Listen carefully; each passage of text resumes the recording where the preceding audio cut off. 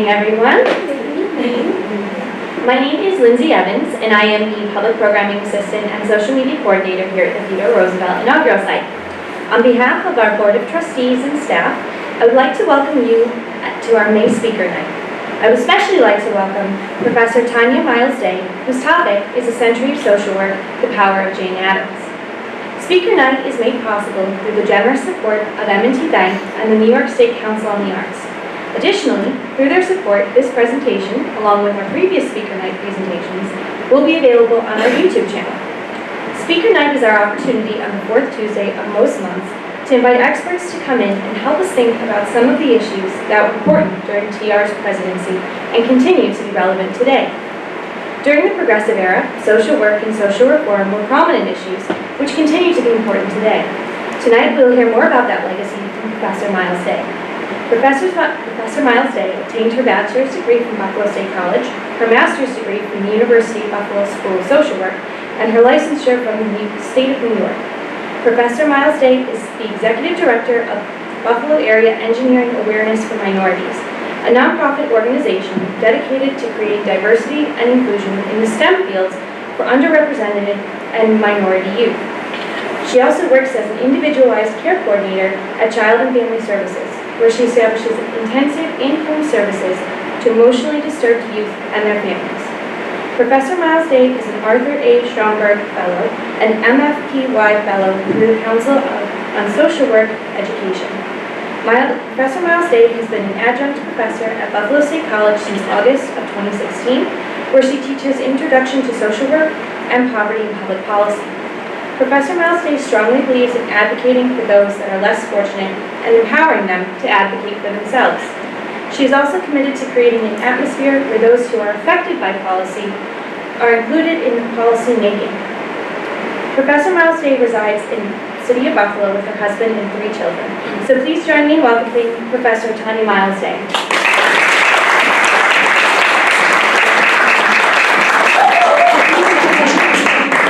So I am not a stuffy person.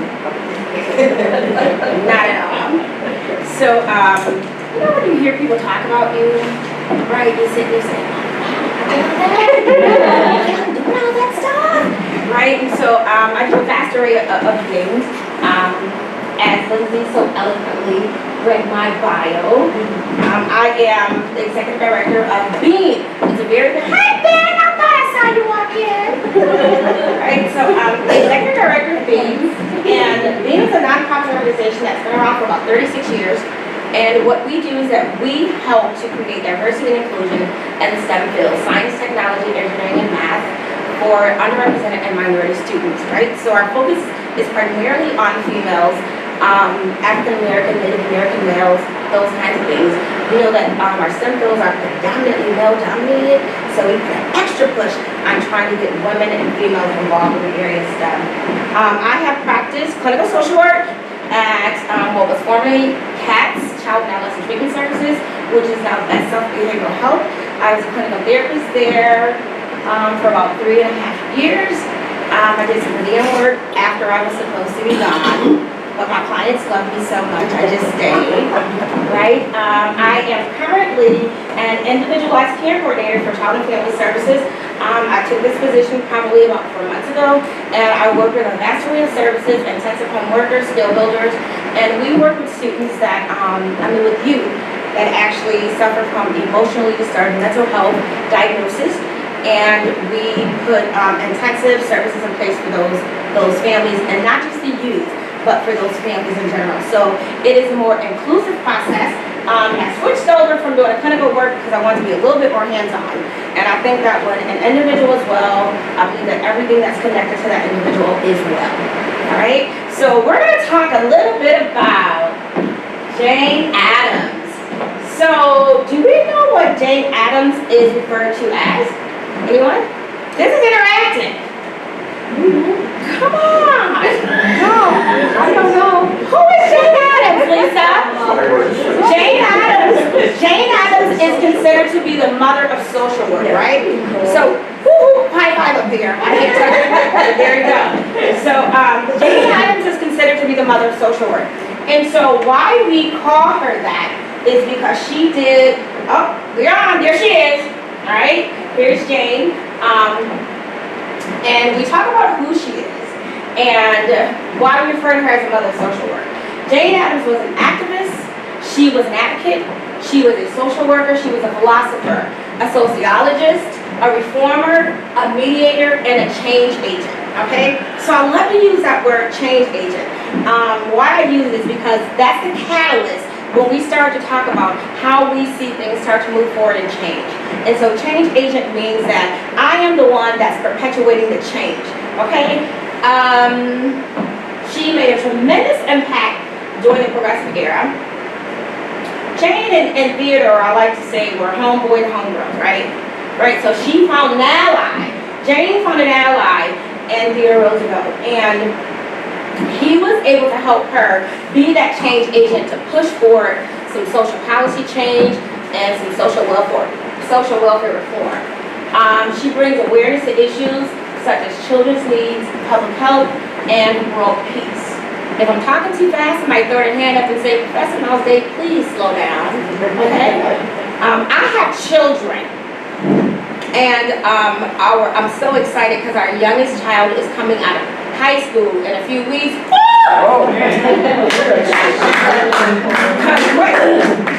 deserve a high five for that, right? So last of the Mohegans is on the way out, and I was a change agent in that whole process, right? So children's needs, public health, and world peace.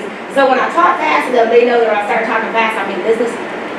Right, so then they'll start getting moving. So if I'm moving a little too fast, just throw your hand up, I'll slow it down. All right, so Jane Addams, the activist. She was well known for her philanthropic work in establishing Hull House. So Hull House was a settlement house, and what Jane did was she visited Europe with her father. She wanted to go into medicine, right? And her father didn't want her to go into medicine. So he came up with this elaborate plan, and he said, well, I think if we take Jane and some of her friends over to Europe and kind of show her what's going on in the world, then maybe she'll change her mind. And it made a huge impact on her when she went over to Europe. And she visited a place, Tonya Hall, which was a settlement house. And so when she came back to the States, you know, this is resonating in her mind, and she's asking herself, how can I be that change agent? And so she established Hull House. All of this took place on the west side of Chicago, okay?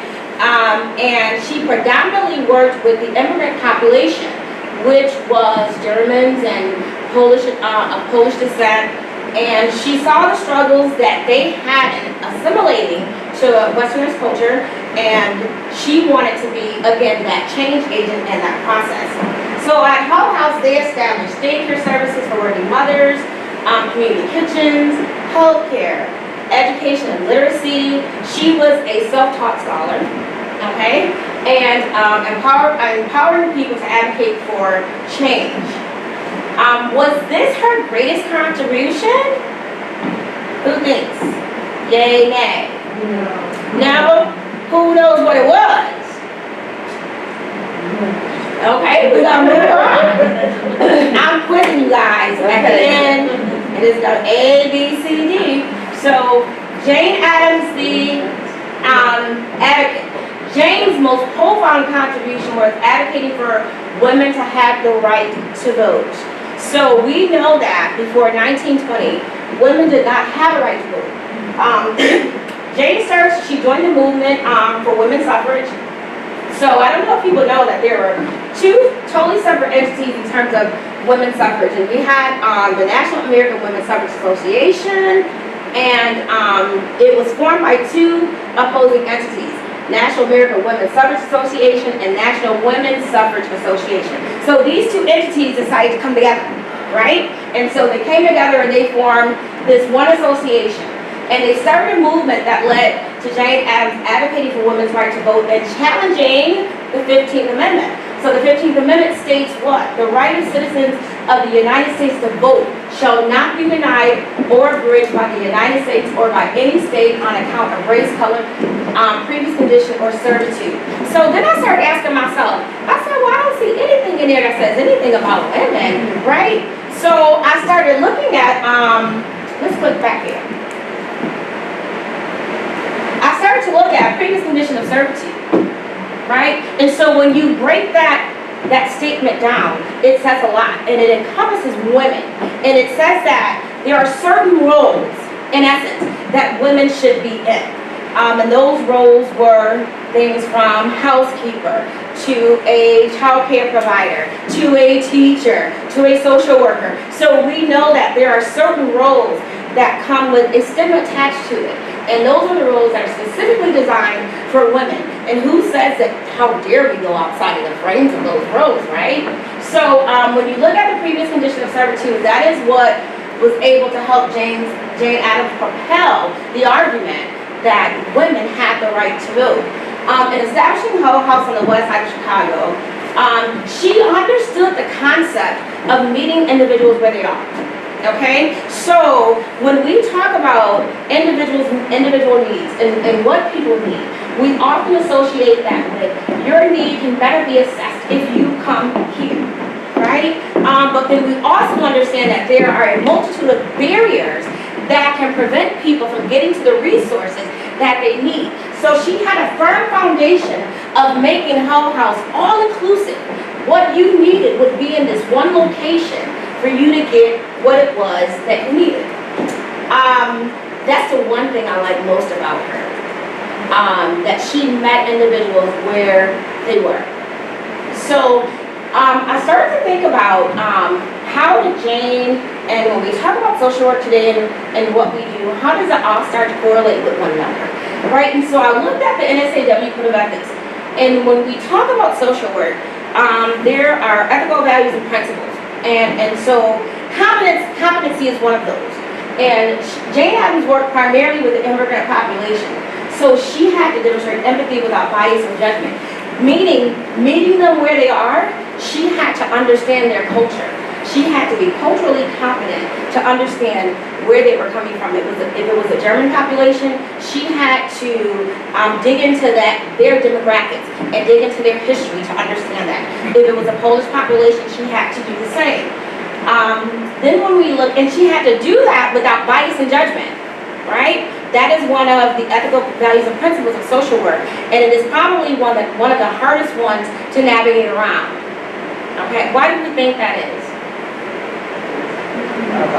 Our bias, right? And sometimes we are not aware of what our biases are until they, boom, slap us like right in the face. Okay, so NASAW Code of Ethics, social work value, dignity and worth of a person. She understood that, and she respected the differences of the individuals that they possessed and encouraged people to understand their right to self-determine, right? This is what I want. This is what I need. How can you help me get that? Then we talk about the social work value, social justice, right? Jane Addams lobbied for social welfare reform and equality for people through challenging government officials and giving the less fortunate a voice, right? So she was that individual that was on the city hall steps with her picket signs and a group of people and saying, hey, this is what we want. This is what we need. How are we going to get that, right? So she was relentless in her pursuit of equitability. She was relentless in her pursuit of individuals having basic human rights.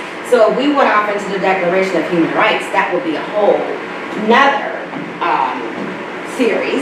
Okay, so she was all about individuals, what they needed. She was all about how are we going to get it for them.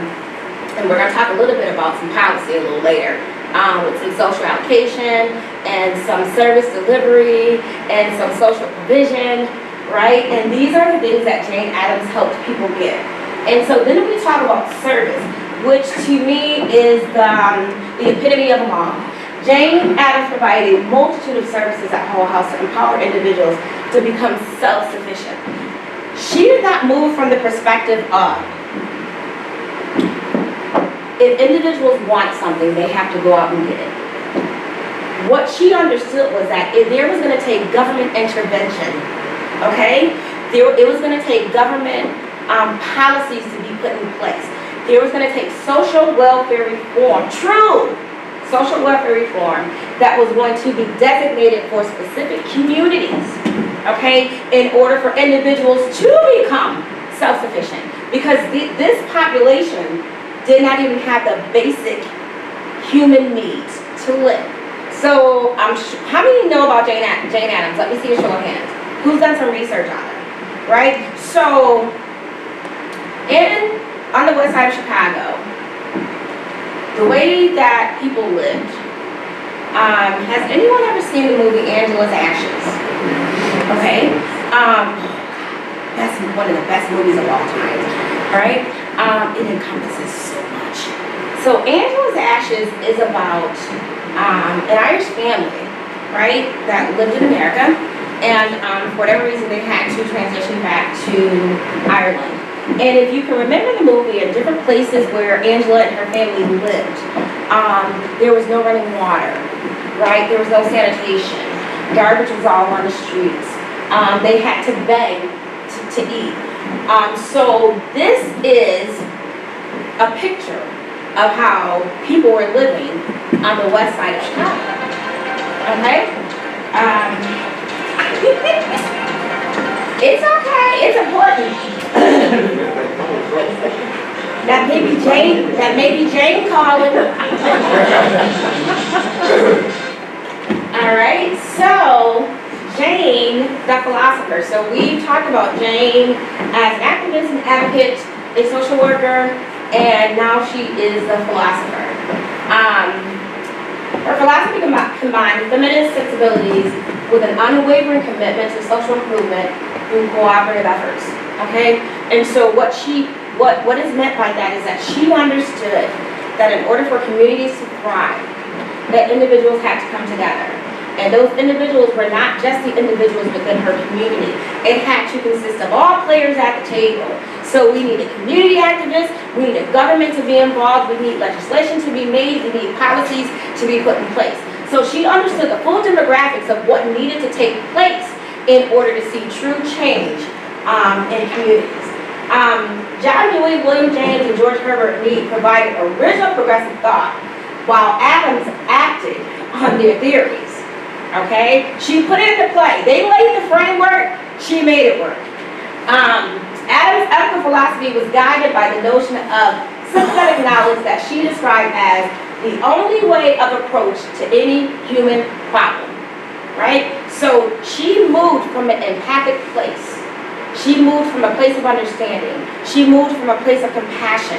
And although Jane was pretty well off herself, she made was able to get other well-off to do middle-class individuals, women, right, to buy into the concept of what was taking place and to see it for what it was and to make a commitment to say, I want to help in that.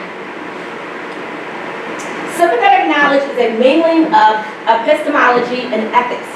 So epistemology is the investigation of what distinguishes justified belief from opinion, and ethics, moral principles that govern a person's behavior or the conducting of an activity. So when you put those two things together, right, what she is saying is ethically, we have a duty, right? It's not about our opinion, and it's not about what we believe, but it's about what is ethically right. Everyone has the right to basic human needs of life. Knowing one another better reinforces the common connection of people such that the potential of caring and empathic moral actions increases. So again, if we go back a couple slides, she met individuals where they were. She connected. She got to know them. She understood their demographics. She understood their culture. And she wanted to help. And so it increased her empathy, and it also increased that peer-to-peer relationship for her to help them gain the resources that were needed to help them live better. She believed reorganizing alternative standpoints was important in promoting social programs through sympathetic understanding. So, what problems did she face? We know that this was a time during industrialization, right? And then we also know that 1929, 1930s, Great Depression hit. So industries were teaming up to form trusts that would eliminate competition and keep prices high. So this is where her and Theodore was on the same page, okay? Because Theodore established the antitrust laws, okay? And he and Jane were saying, hey, these companies have monopolies on things. And how is that equitable for all of the individuals that they're adding value to the community, they're adding value to the world? How come not in that 1%, right? Why is all the money going that way? And trickle-down effect. What is trickle-down effect? Right? How we're supposed to get it, it has not been yet determined that it doesn't work, right? I've done my research. That's another series, okay? So with that being said, she and Theodore, they were on the same page with this, right? And so he said, hey, we're gonna put some policy in place that all these big companies and industries are not gonna be monopolizing the money. We're gonna help other individuals to be able to get a piece of the pie. So industry was one of the problems that she faced. Corruption existed in many areas of society, allowing the rich and powerful to continue to gain wealth at the expense of the working class. Are we seeing that today? Okay, so we're still seeing that, right? That could be another series that I can show you how policy goes around and around and around, and we continue to repeat the same vicious cycle, and we don't, right? Another series. Anyway, so Jane, this corruption was another problem that she faced. New immigrants. So now we have Hull House established, right? And we're working with the immigrant population, but now we have new immigrants that are transitioning into the states. And those new immigrants more African Americans are moving into the states. We could have more refugees from other countries, Somalia, from Africa, from Ghana, moving into the states, right? Because the United States of America is truly a melting pot. I love it, right? Culturally, I love it. So new immigrants, they struggle to find resources, housing, jobs, education, childcare, training, healthcare. And women had very few rights and lacked the right to vote in elections. So Jane had this perspective that, simply put, I've always said that if we could put a woman in all of the branches of government, heading all of the branches of government, and not just a woman, I always say a mother, right? A mother that has to juggle bills, she has to juggle work, she has to juggle kids, she has to juggle soccer, she has to juggle doctor's appointments, and she has a multitude of things. Do you know how well this country would run? Phenomenally well. I honestly believe that. Maybe I'll see it happen one day. It might be me, right? So her solutions, right? So, and Jane faced many other problems, but these were some of the basic problems that Jane faced. She found some solutions. Again, she lobbied for change through city and state governments to create equitability change for communities. So which means that what Jane did was she connected herself to the right people, right? She connected herself to Theodore Roosevelt. She connected herself to politicians. She wasn't afraid. She had a voice, and she gave the voice to the community. And she said, hey, this is what we can do. And so she lobbied for that change. She exposed the corruption in business practices through journalism, and she empowered individuals to make their vote count. So Jane was a pretty good author. She was a really good writer, okay? And she was a journalist. And so she was able to expose some of these companies through her writing, through her journalism, to say, hey, take a look at what's going on within our communities. That behind the scenes, we didn't know about, or we're putting it right out here up front. Now that you know, what do you do with your vote? She established Hull House to meet immigrants where they were and provide services to enhance human life, okay? And She advocated the importance of women's contributions and their right as human beings to vote. So she found solutions, she partnered with people, and she advocated for the change. Here's the good part. The evolution of social work. So we ask ourselves, from Jane Addams up until this point, how has social work evolved? How has it gotten better? How has it improved? How have we taken some of the principles that Jane Addams laid the framework for and enhanced it? Okay, so in 1889, settlement houses were established, okay? In 1904, Simmons College in Boston collaborated with Harvard University to establish the Boston School of Social Workers, right? So now we have a name. Jane Addams was a social worker in her own right, but now it is being recognized. In 1908, a full curriculum social work program was offered through the Chicago School of Civics and Philanthropy, which is now known as the University of Chicago School of Social Service Administration.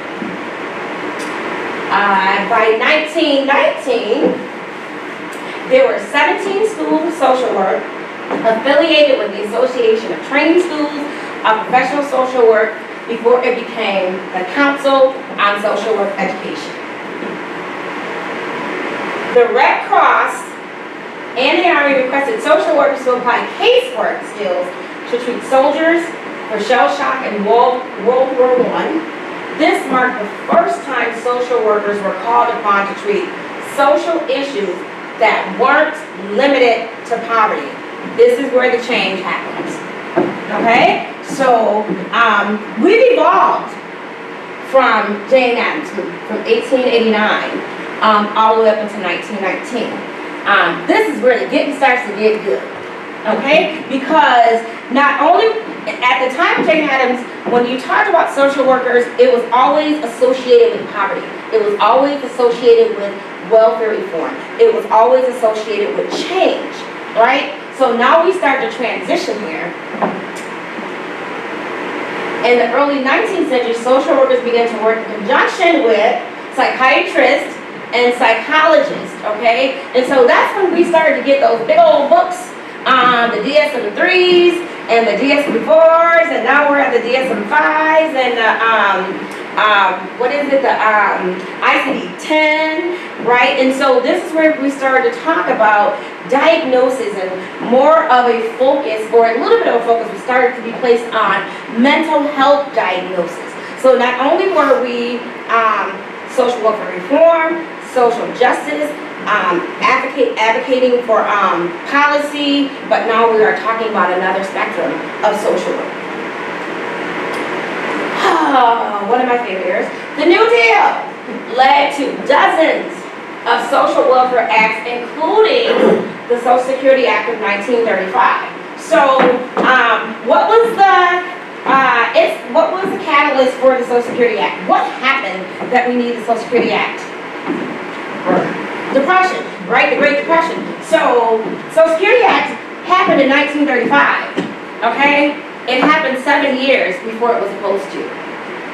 And that was because of the Great Depression. How do we stimulate the economy? How do we get people money? How do we get people moving? How do we get money circulating? So social welfare programs expanded to include housing, recreation, cultural activities, social insurance, and child welfare programs. So when we start to talk about housing, what do we have now from housing? We talk about a social program, social welfare program. Housing now is what? HUD. HUD, okay? Recreation is now what? Community centers. Why? The why, okay? Girl Scouts of America, Boy Scouts of America. When we start to talk about social insurance, Medicare, okay? And then child welfare programs. CHIPS. Biggest one in America, though. What's the biggest one? Biggest one. Right there. Give it to me. That's one of my former students. Head Start. Right? Head Start. Okay, so the Council on Social Work Education was formed in 1952, right? So we're moving forward. First, we got school, right? They started to recognize social workers. And then we changed and shifted gears. And we started to work with psychologists and psychiatrists. And now we have a whole Council of Education on social work. We are moving forward, okay? President Johnson announced the launch an unconditional war on poverty, LBJ, okay, another one of my favorites. In January of 1964, with this declaration, the recognition of poverty as a social problem took hold. Now they recognize it, okay? Poverty is a problem. It's systemic, and it has nothing to do with the individuals that are in it. The government plays a huge role in this, and so now we need to shift. We need to bring awareness to that.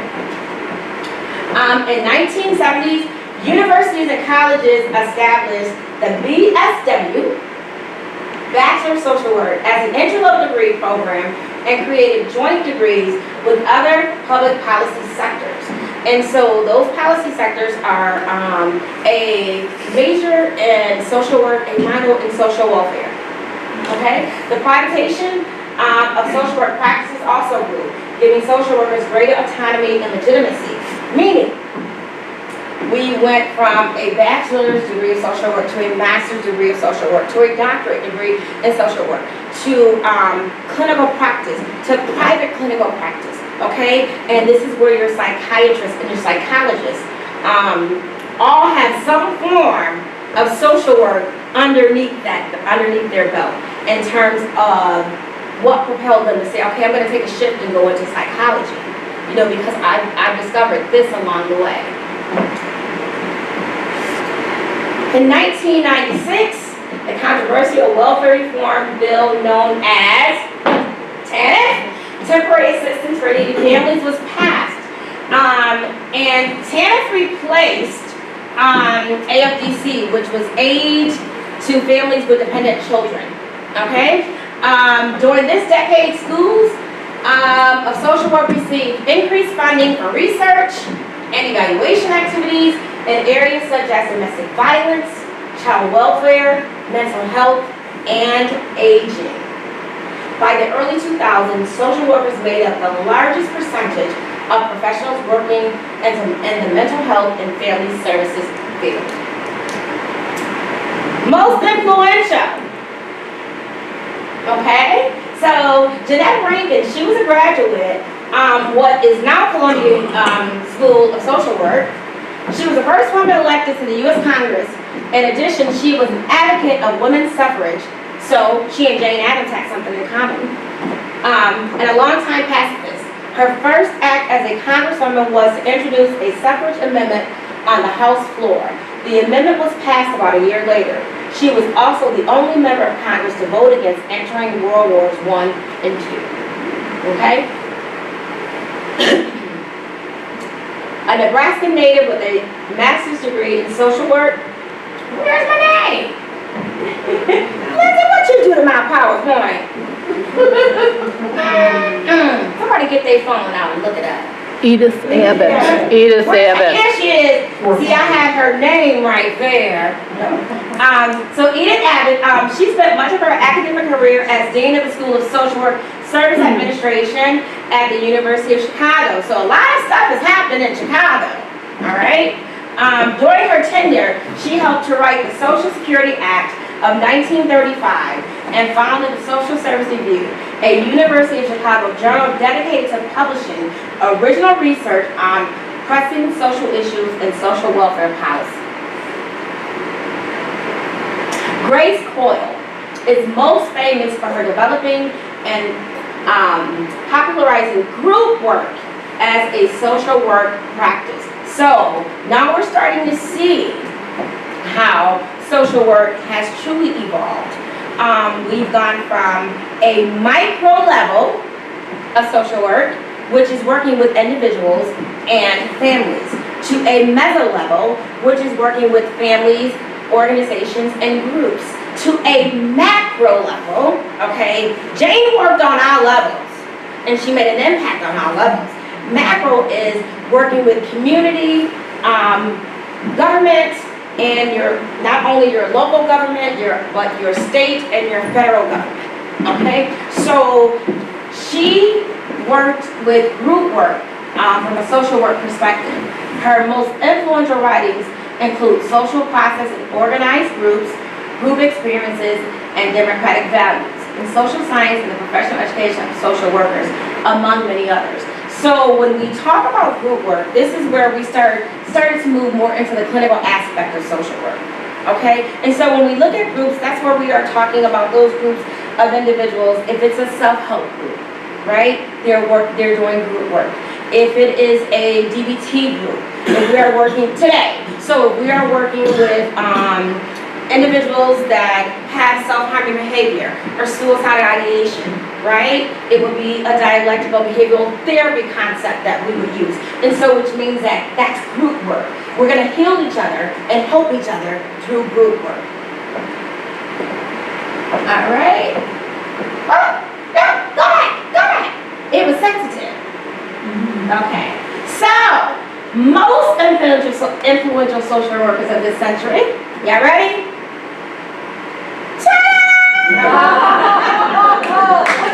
Okay. So students, I cited my work. Okay. We're cited. There were, and that's